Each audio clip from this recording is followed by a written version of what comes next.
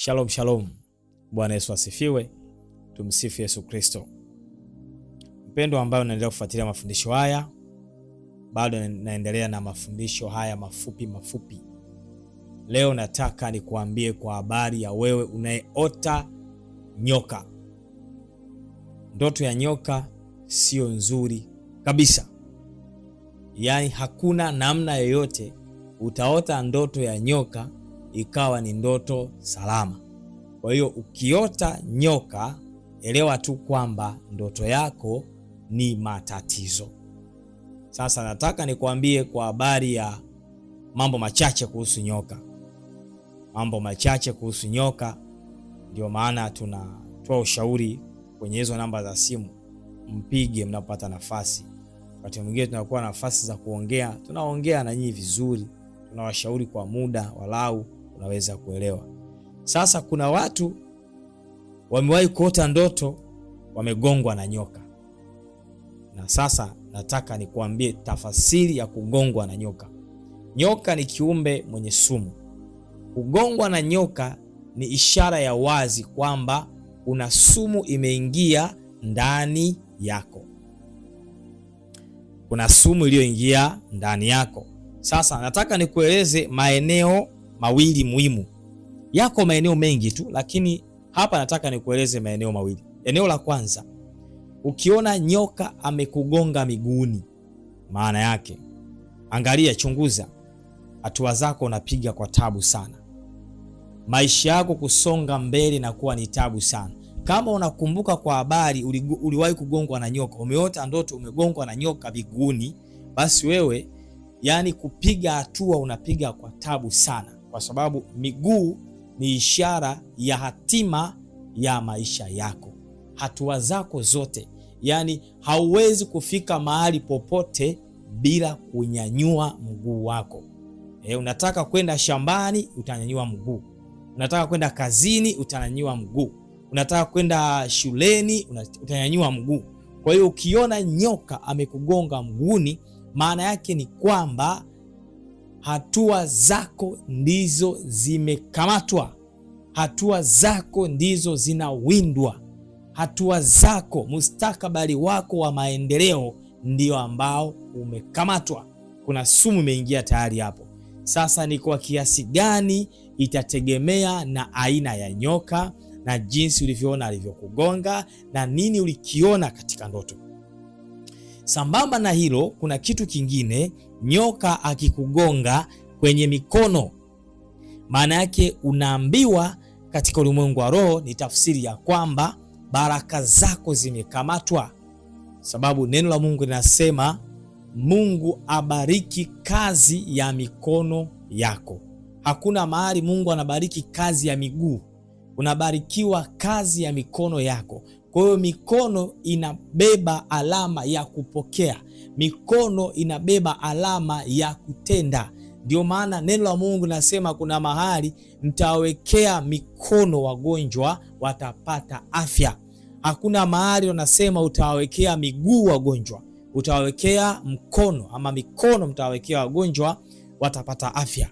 Vile vile hata kwenye kubariki nasema wawekeeni mikono, au mtu anakuwekea mkono, amna anayekuwekea mguu. Kwa hiyo mkono una ishara ya kupokea, lakini pia mkono una ishara ya kutoa. Kwa hiyo nyoka akikugonga kwenye viganja vya mikono yako, maana yake ni kwamba mikono yako tayari ina sumu. Baraka yako imeshikwa mahali. Utaona una struggle kweli kweli, unapata tabu kweli kweli ya kupata vitu. Zamani pengine ulikuwa ukifanya kitu kinaenda, ukienda kuuza bidhaa zako kwenye biashara yako inafanikiwa tu, lakini baada ya ndoto hiyo, kama ulikumbuka, ukaanza kuona mambo yamebadilika na usijue, kumbe ishara ulishaoneshwa ya kwamba nyoka amegonga mikono yako. Maana yake kuna baraka imekamatwa, kuna baraka ambayo imezuiliwa, aidha kwa kupokea au kwa kutoa. Kuna watu wengine mnatoa baraka, watu wanabarikiwa. Sasa kama nyoka amekugonga mkononi, maana yake huwezi kutoa baraka ikambariki mtu mwingine. Sambamba na hilo la mikono, unaweza ukaona mkono wako umetoboka. Sasa hii ni roho ya kutapanya.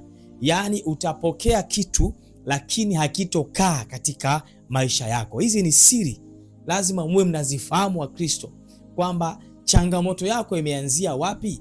Yani ili uweze kujihudumia unahitaji kuwa na elimu walau ya mambo ambayo ni ya msingi kwenye kutafsiri ndoto. Kwa hiyo mkono wako ukiona umetoboka, maana yake utakachokipokea hakitokaa. Hata kama utapokea kitu kingi kiasi gani, hakitokaa kwa sababu mkono wako umetoboka. Hiyo ni roho ya kutapanya. Utakuwa ni mtu wa kupoteza vitu, utakuwa ni mtu wa kupoteza fedha, na kila unachokipata hakikai. Kwa hiyo ukiona hiyo, ujue kabisa kuna mahali shetani amekukamata. Kwa hiyo Mkristo, usipotee, usiangamie kwa kukosa maarifa. Sisi kama timu ya Mikono ya Kristo tunajitahidi sana kumwomba Mungu atufundishe nini kinachowatesa Wakristo ambacho wanaweza wenyewe wakapambana. Kwa mfano, unaweza ukawa ni mtaalamu kabisa mzuri, unajua namna ya kuomba, lakini tafsiri ya ndoto hujui. Lakini ukijua tafsiri ya ndoto, maana yake ukiona kitu hapo hapo utaelewa kwamba hapa kuna shida hapa. Mungu hatofanya jambo lolote bila kuwajulisha watumishi wake manabii. Kwa hiyo maana yake sio tu jambo la Mungu, hata jambo la shetani Mungu atakuambia kwamba hapo kuna shida, unatakiwa ushughulikie. Kwa lengo la kuona ni nini? Ili ushughulikie, sio uogope. Mungu hakukuumba mwanadamu uwe na hofu, alikuumba uwe imara. Kwa hiyo unapojua kwamba leo nimegongwa na nyoka, utaingia kwenye maombi ya kuanza kuvunja na kung'oa kila pando ambalo limeingia ndani mwako, na utaona baada ya muda mchache tu, kwa sababu umegundua mapema, kile kitu kitaondoka na ile ndoto hautaota tena. Ndoto itabadilika, utaona ndoto ya mafanikio. Watu wengi wameingia kwenye changamoto ambazo walikuwa wana taarifa nazo. Yaani mtu anafikia hatua mpaka ndoa yake inakufa kabisa, lakini ukija kuongea naye, ukifanya naye mazungumzo ya kina, unagundua alikuwa na taarifa, alihisi kabisa kuna kitu kinatokea. Mwingine aliona kabisa, yani Mungu alimuonesha kabisa shetani yuko malangoni kwako, kuna vita yuko malangoni. Hakujua, akaona kama ni mambo ya kawaida, akaendelea na maisha yake, akawa yupo kwenye comfort zone. Kumbe tayari alama nyekundu, bendera nyekundu lishaonekana. Sasa hapa shida ni nini? Shida sio Mungu, shida sio maombi, shida ni kwamba elimu ya maarifa mtu anakosa. Kwa hiyo utaona tunayafundisha haya, hatuyapi kipaumbele sana, lakini walau tunakuambia Mkristo ili uweze kujua, usipuuze. Kwa hiyo ndoto hizi zina maana. Ukiona ndoto ya nyoka ni kama hivyo nimekuambia, maana yake ni hiyo. Maana ziko nyingi sana, itategemea umeota nini, lakini mimi nimekuambia pointi walau 2-3 uweze kuona, kupata picha fulani kwamba kumbe nyoka tu, nikimuona nyoka basi tafsiri yake ni hii. Kwa hiyo unashughulikia kwa haraka, na unaposhindwa wewe kama Mkristo, kuna mahali unaabudu, kuna watumishi wanafanya msaada na wewe unawaambia, wanakusaidia. Na sisi tupo, ndio maana tunafundisha. Unaweza kutupigia tukakusaidia, tena ni bure tu. Bwana iko fanya 1 2 3, hapo mambo yataenda. Najua ndio maana Mungu ameweka watumishi ili kuwasaidia watu ambao kuna vitu vinakuwa vinawatatiza. Kwa hiyo Mungu anavifunua vile vitu ili visiendelee kukutatiza tena kupitia mtumishi, na wewe utajikuta umevuka kwenye lile eneo ambalo lingekugharimu gharama kubwa kabisa. Wapo watu wengi wameishia kwa waganga wa kienyeji kwa sababu tu ya kukosa maarifa. Mungu akubariki kwa kufuatilia mafundisho haya. Endelea kushare na wengine mafundisho haya ili wao wapate elimu ya maarifa na wewe upate kubarikiwa.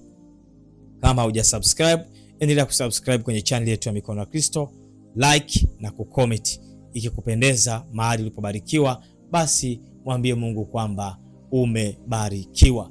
Ulikuwa na mimi mtumishi wa Mungu Norbert Simon Mpunga, kwa niaba ya timu nzima ya Mikono ya Kristo. Tunasema Mikono ya Kristo kwa neno la maarifa. Hadi wakati mwingine, bye bye.